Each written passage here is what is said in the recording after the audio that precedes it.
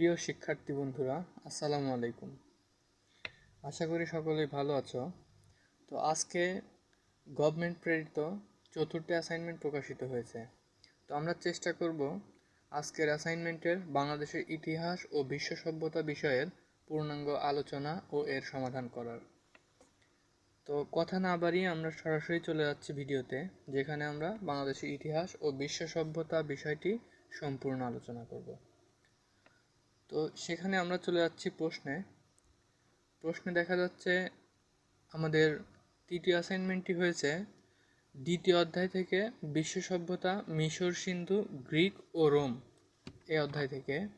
তো আমাদের যেটা অ্যাসাইনমেন্ট সেটা হচ্ছে গ্রিক সভ্যতা ও রোমান সভ্যতার তুলনামূলক চিত্র উপস্থাপন পূর্বক বিশ্ব সভ্যতার অগ্রগতিতে উভয় সভ্যতার অবদান মূল্যায়ন।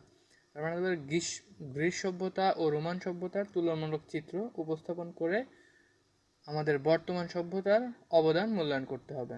তো শিক্ষার্থীরা, আমরা এখানে আমাদের যেটা নির্দেশ আছে সেটা হচ্ছে আমাদের উত্তরের মধ্যে এই চারটা অংশ থাকতে হবে। সেগুলো হচ্ছে পটভূমি ব্যাখ্যা করতে হবে, ভৌগোলিক অবস্থান ও সময়কালের সাদৃশ্য বৈসাদৃশ্য উপস্থাপন করতে হবে, শিক্ষা, সাহিত্য ও দর্শনের তুলনামূলক বৈশিষ্ট্য করতে হবে, স্থাপত্য, ভাস্কর্য ও বিজ্ঞানের উৎকর্ষ উপস্থাপন করতে হবে। তো আমরা এখন চলে যাব সরাসরি আমাদের উত্তরে, যেটা দিলে আশা করি সম্পূর্ণ মার্ক পাওয়া যাবে। তো আমরা চলে যাচ্ছি আমাদের মেইন ভিডিওতে। আমাদের অ্যাসাইনমেন্টের যেটা শিরোনাম হবে তা হচ্ছে গ্রিক সভ্যতা ও রোমান সভ্যতার তুলনামূলক চিত্র উপস্থাপন পূর্বক বিশ্ব সভ্যতার অগ্রগতিতে উভয় সভ্যতার অবদান মূল্যায়ন। তো এখানে আমরা দুইভাবে লিখতে পারি, ক খ গ ঘ অপশন দিয়ে, আবার এটা ছাড়াও। যেহেতু এটা কোনো প্রশ্ন নয় সেহেতু আমরা ক খ ব্যবহার করতেছি না, সরাসরি লিখতেছি। তো আমাদের প্রশ্নের উত্তরে প্রথমে পটভূমি ব্যাখ্যা করতে হবে, যা হচ্ছে পটভূমি ব্যাখ্যা। গ্রিক সভ্যতা।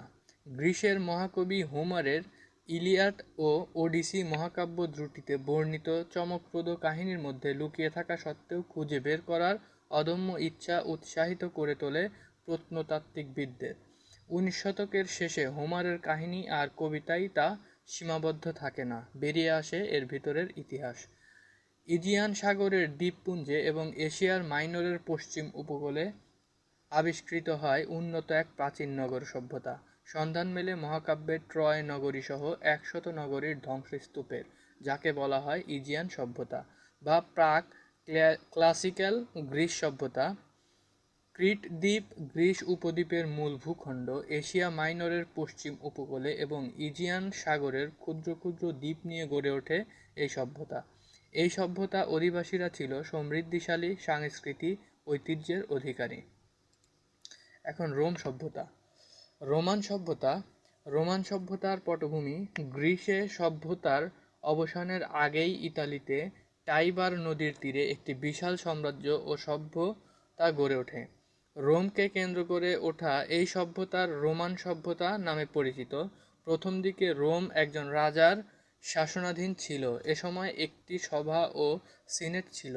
রাজা স্বৈরাচারী হয়ে উঠলে ক্ষমতা থেকে সরিয়ে 510 খ্রিস্টপূর্বাব্দে রোমে একটি প্রজাতন্ত্র প্রতিষ্ঠিত হয়।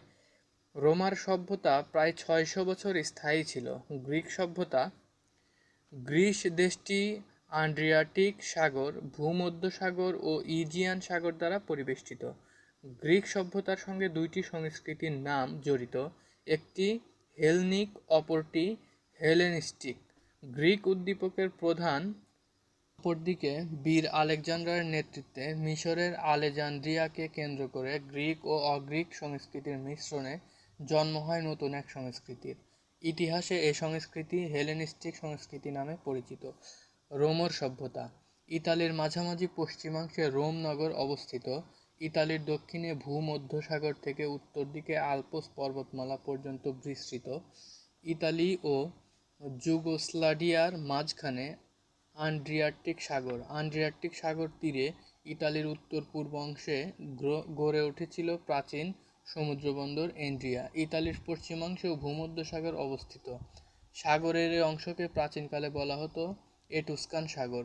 কৃষি বিকাশের সুযোগ ছিল বলে প্রাচীন রোম ছিল কৃষিনির্ভর দেশ, ফলে রোমের আদি অধিবাসীদের সঙ্গে অনুপ্রবেশকারীদের সংঘর্ষ সাধারণ বিষয় ছিল, যে কারণে এসব সংঘর্ষের মধ্য দিয়ে রোমানরা যোদ্ধা জাতিতে পরিণত হয়ে থাকে।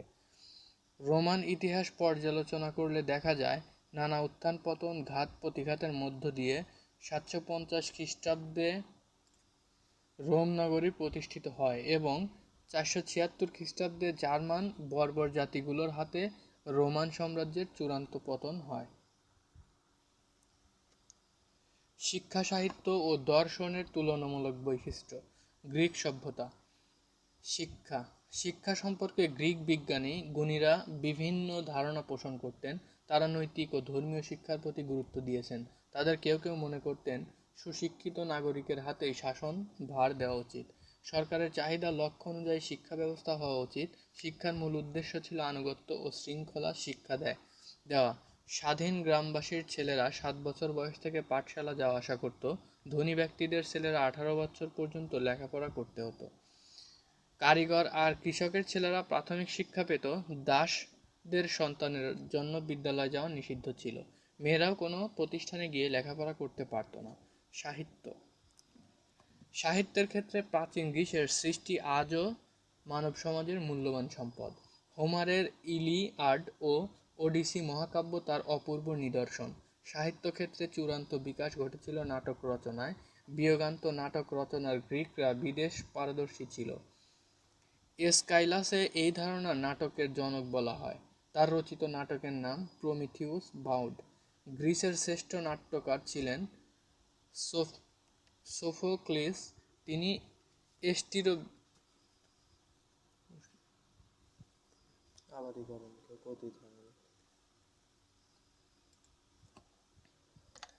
তিনি 100-টিরও বেশি নাটক রচনা করেন। তার বিখ্যাত নাটকের মধ্যে রাজা ইডিপাস, অস্তিগনে ও ইলেক্ট্রি অন্যতম। আর একজন বিখ্যাত নাট্যকারের নাম ইউরিপিডিস।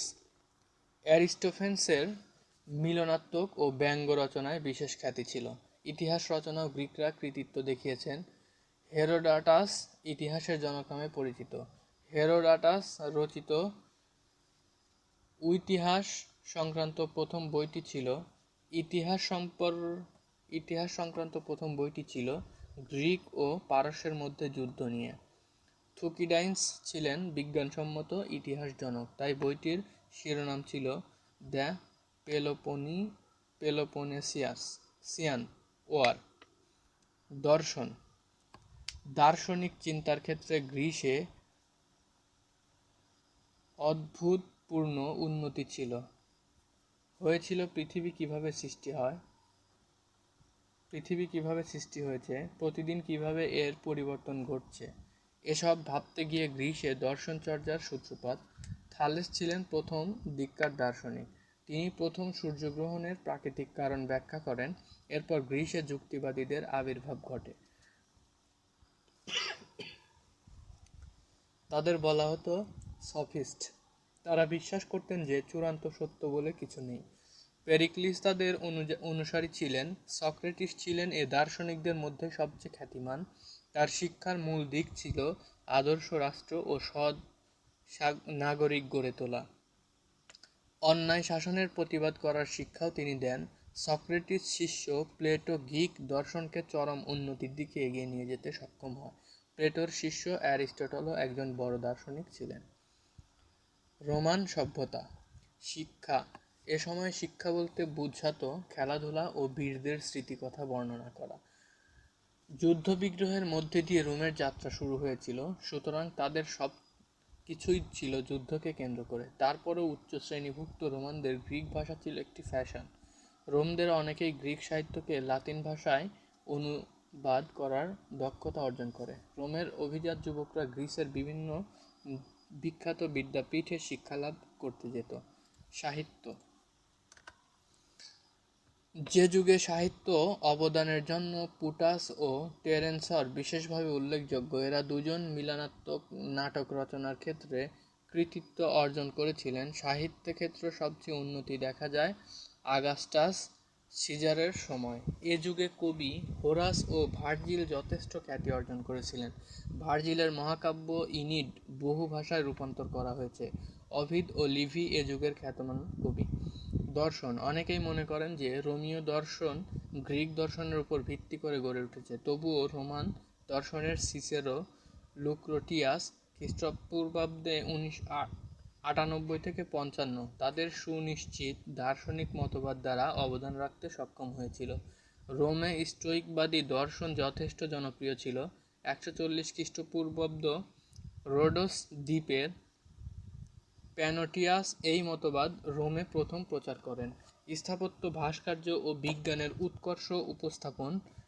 গ্রিক সভ্যতা, স্থাপত্য, গ্রিক শিল্পের বিশেষ করে স্থাপত্য ভাস্কর্যের বিশেষ উন্নতি হয়েছিল। গ্রিক শিল্পের নিদর্শন মৃৎপাত্রে আঁকা চিত্রে দেখা যায়। স্থাপত্যের সুন্দর সুন্দর নিদর্শন গ্রিসের বিভিন্ন স্থানে ছড়িয়ে আছে। বড় বড় স্তম্ভের উপর তারা প্রাসাদ তৈরি করে, আর প্রাসাদের স্তম্ভগুলো থাকতো অপূর্ব কারুকার্যখচিত। পার্থেনন মন্দির বা দেবী অ্যাথেনার মন্দির স্থাপত্য কীর্তির অন্যতম নিদর্শন।